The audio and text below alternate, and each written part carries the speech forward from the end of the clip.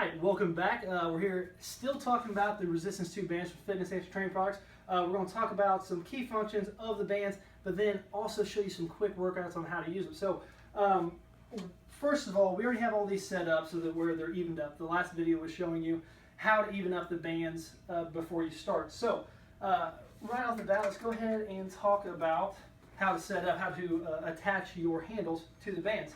So, obviously, you could just attach one at a time, and then in this case we'd be using the 20-pound band. So this would allow you to have, it's going to be 20 pounds per side of center when it's near fully maxed out.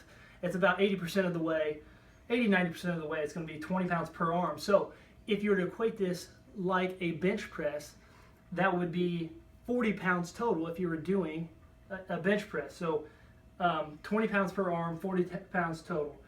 Now, if you want to stack them, and this is one of the greatest functions of the Fitness Nation training bands, our carabiners are attached to our handles, whereas the competition usually has a D-ring attached to the handle, and then there's a carabiner on each one of the resistance bands. So when you start stacking these up, they're going to become a really big mess on the handle. The way that we have them set up with the D-rings on each of the resistance bands makes them stack up really nice and neat and a little bit more compact. Okay, so just as easy as that, stack them both. All right, so to go ahead and show you an example of some workouts that you can do, we can start with a chest fly. So another really interesting thing about resistance bands is kind of like a Bowflex. Everybody loves Bowflex. They're super expensive. Those are a much better alternative. But they are progressive weight, meaning that at the bottom, it's going to be a little bit easier on when they're not fully stretched out. The further out that you go, the harder it's going to become. It's a rubber band, so the further you stretch it, the harder it's going to be. So if we're going to do a chest fly, so if you do a chest press, just straight through, out and push, control back. Always think time under tension is going to really help you with your workouts and getting a real good feel on your muscles. So you're going to nice squeeze, control back, 1, 2, 3, pause, nice squeeze. You can also do a fly, so you're going to come all the way around, kind of like you're squeezing around like a balance ball or something like that. All the way back, 1, 2, 3, pause, and squeeze. All right, quickly you can transition straight into a back workout.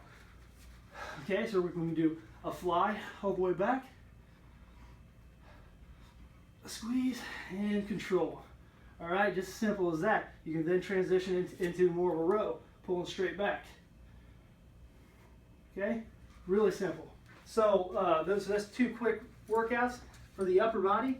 Well, actually, let's go on with that. You can still do bicep curls, standing bicep curls. This is going to help you with core since you have to support yourself while you're doing it. If you're seated, you'd have a lot less of the core activation go with it. So again, squeeze all the way back. To do the inverse muscle there, we'd be doing triceps, over the top, extension. Control back, squeeze out. Okay? So now we've accomplished chest, back, biceps, and triceps. If we want to move on to the lower body, we'd grab one of our ankle straps. All you do, take it apart, take it around your ankle, and take the strap back through the D-loop. And then definitely try to get as much of this Velcro attached that you can. It's going to make it as strong as possible. Okay, and we already have this band set up with another one of our carabiners. So only use 3 of the carabiners so far. We're going to attach it. Give yourself some support. Now, if you're going to do like a glute workout, a little bit of hamstrings, you're just going to push straight back, control, keep your tail level with the ground, all the way back. All right, so let's move on. So we still have one more carabiner that we can use, so all these workouts can be done at the same time. Grab one more of our handles, and then you can stack all of these up together. So by having both bands and both sides of the bands connected to 1, 2, that's going to maximize this workout. So we have a 10-pound band and the 30-pound band. So instead of being 40 pounds total, this is going to be like an 80-pound pull. So if you sit down, we can do like a lat row. So stretch all the way out and pull all the way down. Okay? control and squeeze. You can just pass the other hand. You can potentially do 10 reps at a time, 10 reps for this side, all the way down, pretend like I just did 10 reps, and then we'd switch to the other side. That's going to allow this side to rest, but at the same time, since you're switching from side to side, your core is going to have to support yourself while you're doing this workout.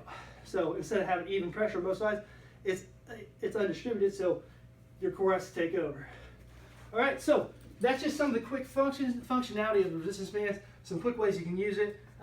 Refer back if you don't know how to adjust these, make sure to refer back to the previous video, and that'll show you how to get these evened up real nice. Okay, so the next video we're actually going to use this scale to show you, because we've had people online say that they didn't think that the ratings matched up with the amount of resistance provided. So this is more or less a fish scale. Just to show you how much weight is going to be pulling on it, we're going to show you that the weights actually line up on the resistance bands. So see you next time. Thank you.